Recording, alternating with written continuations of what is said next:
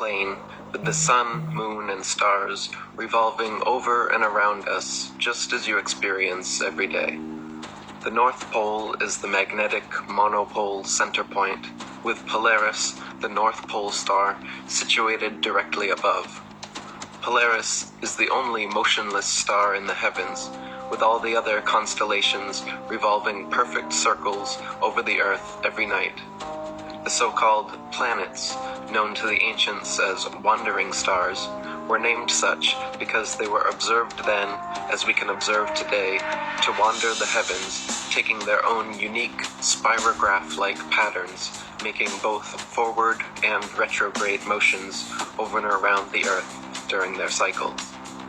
Meanwhile, the fixed stars were named such because they were observed then, as we can observe today, to stay fixed in their constellation patterns night after night, year after year, century after century, never changing their relative positions. If Earth was truly a tilting, wobbling, spinning space ball, as NASA and modern astronomy proclaim,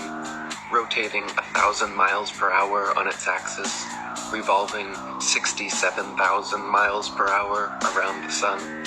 spiraling 500,000 miles per hour around the galaxy,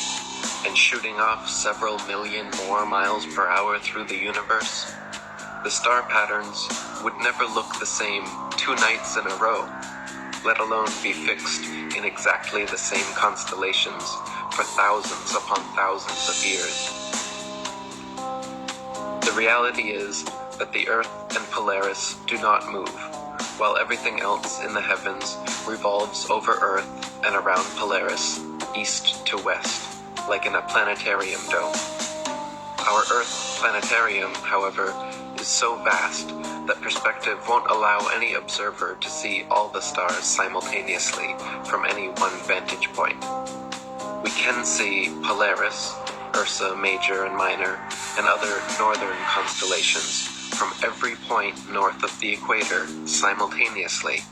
but conversely cannot see the so-called South Pole star, Sigma Octantis, the Southern Cross, or other outer constellations simultaneously from every point south of the equator, because they all sweep over a great southern arc from their rise in the evening to their setting in the morning. Facing north, the stars turn counterclockwise from right to left. Facing south, they turn clockwise from left to right.